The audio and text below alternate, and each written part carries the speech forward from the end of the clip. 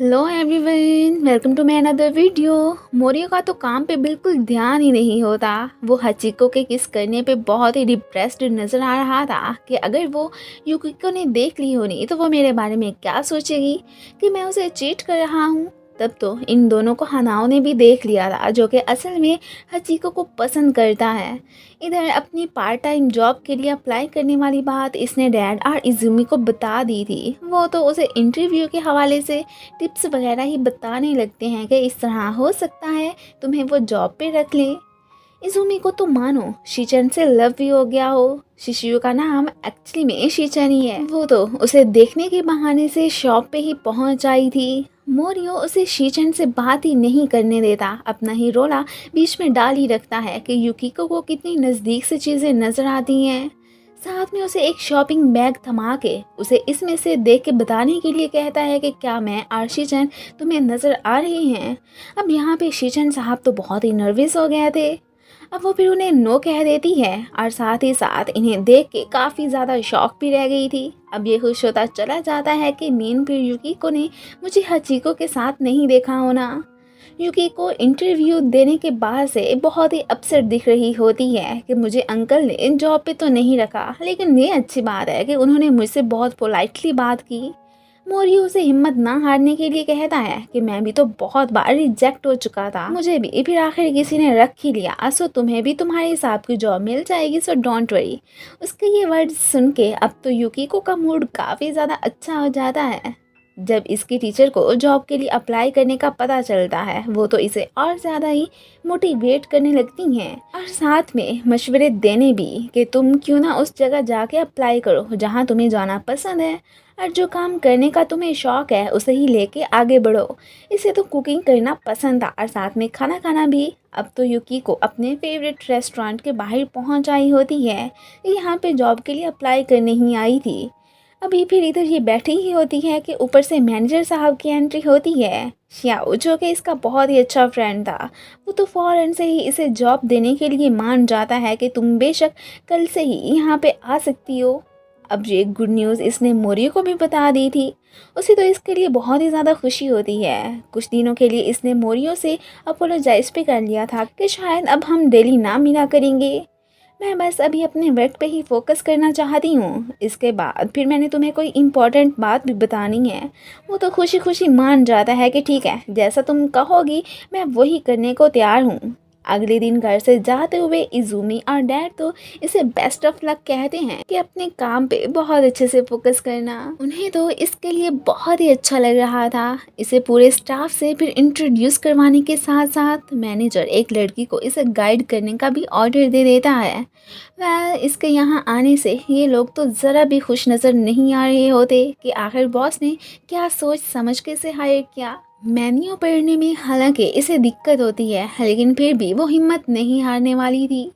आज first day था तो ज़्यादा मालूम ना होने की वजह से उससे बहुत सारी गलतियां भी हो जाती हैं। उसे तो कुछ समझ ही नहीं आ रही होती कि क्या करना है और क्या नहीं। यहाँ का शेड्यूल काफ़ी बिजी था। 8 से जब मोरियो को पता चलता है कि हचिको तो अपने रूम से निकली ही नहीं है, वो उसे फिर ऊंची आवाज़ में बाहर आने को कहता है।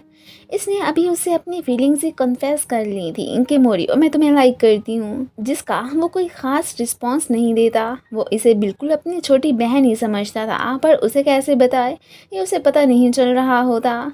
इजुमी तो फिर से एक बहाने से शिष्यों को देखने आ चुकी थी। उससे आखिर अपनी बात कैसे बढ़ाए और क्या कह के, इस सब के लिए तो वो बहुत ही ज़्यादा कंफ्यूज दिख रही होती है। रात को घर जाते वक्त युकिको यहाँ पे कुछ वर्कर्स को बात करते सुनती है कि बॉस ने इसे जस्ट मनी के लिए ही रखा होना है, वरना ऐसी लड़की को कौन जॉब दे। ब्लाइंड पीपल को रखने के लिए तो गवर्नमेंट अलग ही पैसे देती है। ये अपसेट के क्या सच में ऐसा ही है। वो मैनेजर से पूछ भी लेती है कि आपने मुझे क्यों हायर किया। उसका जवाब वो बहुत ही अच्छा देते हैं कि तुम में हार्डवर्क करने का इतना ज़्यादा पैशन है कि मैं स्टाफ में भी यही एनर्जी देखना चाहता हूँ, इसलिए मैंने तुम्हें हायर किया ताकि वो तुमसे कुछ सीखें। ये सुन के तो वो फिर बहुत ही ज़्यादा खुश हो जाती है एंड कल अपना बेस्ट देने का सोचती है।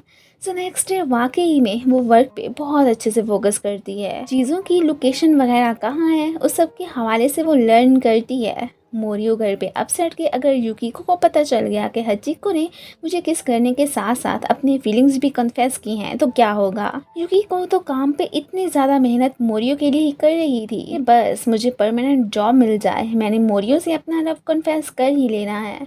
फिर आज कोइंसिडेंटली मोरियो की मुलाकात ओनो से हो जाती है। अब वो युकिको का फ्रेंड था तो ये उसे बहुत अच्छे से ट्रीट करता है और साथ में अपनी प्रॉब्लम्स भी उससे शेयर कर ही लेता है कि मैं ना फीलिंग्स को लेके कंफ्यूज हूँ, एक तरफ मेरी फ्रेंड है और दूसरी तरफ युकिको।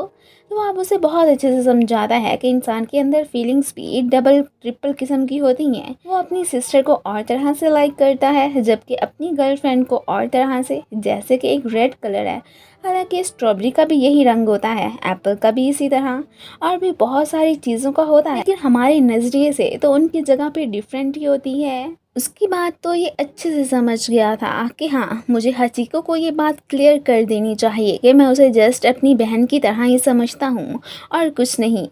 हचिको बैठी मोरियो के बारे में ही सोच रही थी कि उन दोनों की मुलाकात आखिर कैसे हुई एंड देन वो उसकी लाइफ का एकदम बेस्ट पार्ट ही बन के रह गया। तभी मोरियो आके खुल के उसे अपनी सिचुएशन का बता देता है एंड ये भी कि तुम मेरी सिस्टर हो और हमेशा ही मैं तुम्हारी केयर करता रहूँगा, सो डोंट वरी। ये सुन के वो तो यहाँ पे इमोशनली हो जाती है कि क्या सच में ये मुझे पसंद नहीं करता। युकिको के पैशन ने वाकई में इन सब के दिल में जगह बना ली थी। वो सभी इसकी केयर करने लगते हैं, चीज़ों को उसी जगह पे रखते हैं जहाँ पे उसे उठाने में दिक्कत ना हो। युकिको के बारे में एम्प्लॉयज़ से अच्छा अच्छा सुन के तो बॉस बहुत ही ज़्यादा खुश हो जाता है कि इसका मतलब मेरा मकसद तो फिर बिल्कुल कामयाब हुआ। आज फ्राइज़ बनाने का काम उसे ही सौंपा जाता है क्योंकि एक एम्प्लॉय छुट्टी पे था। मोरियो भी अपने दोस्तों के साथ इधर ही बाहर बैठ के उन्हें दूर से देख रहा होता है एंड देन अपने फ्रेंड्स को अंदर जाके युकिको को देखने के लिए बोलता है। ये अब सुनते हैं कि अंदर वो किसी से काम ख़राब करने पे सॉरी बोल रही थी। ये अब जाके मोरियो को बता देते हैं। वो तो उसके लिए काफ़ी परेशान हो जाता है एंड देन यहीं पे ही ऊंची ऊंची आवाज़ में उसे इनकरेज करने लग गया था। उसकी आवाज़ सुन के ये तो फिर एकदम हैप्पी हो जाती है। कस्टमर्स को परेशान ना करने के लिए स्याओ फिर उसे वहाँ से चले जाने को बोल देता है। अपनी गलती की तो यहाँ पे उसने उससे अपोलोजाइज़ कर ही ली थी। युकिको ने अपनी फर्स्ट फ्राइज़ बना ली थी, सभी उसे काफ़ी ज़्यादा अप्रिशिएट करते हैं। वो यहाँ पे अच्छे से एडजस्ट हो चुकी थी। फ्राइज़ ऑर्डर करने वाला कस्टमर कोई और नहीं बल्कि वही अंकल थे जिनके यहाँ वो इंटरव्यू देने गई थी। उन्हें तो युकिको के यहाँ काम करने का जब पता चलता है तो वो बहुत ही ज़्यादा खुश होते हैं कि ये लोग ही लकी हैं जो कि उसे रख पाए। ये अब जल्दी से मोरियो को कॉल करके कल मिलने के लिए कहती है कि मैंने तुम्हें कुछ बताना है एंड साथ में उसे ये भी बताती है कि अब मेरी परमानेंट जॉब लग चुकी है। वो तो ये सुन के बहुत ही ज़्यादा खुश हो जाता है एंड देन कल उससे मिलने के लिए मान ही गया था। युकिको अब अगले दिन जैसे ही मोरियो से मिलने जाने लगती है तो उसके पीछे पीछे फिर हमें हचिको को भी दिखाया जाता है जिसके इरादे कुछ खास अच्छे नहीं लग रहे थे। एंड फिर इसी के साथ ही ये पार्ट ख़त्म हो जाता है। Thanks for watching.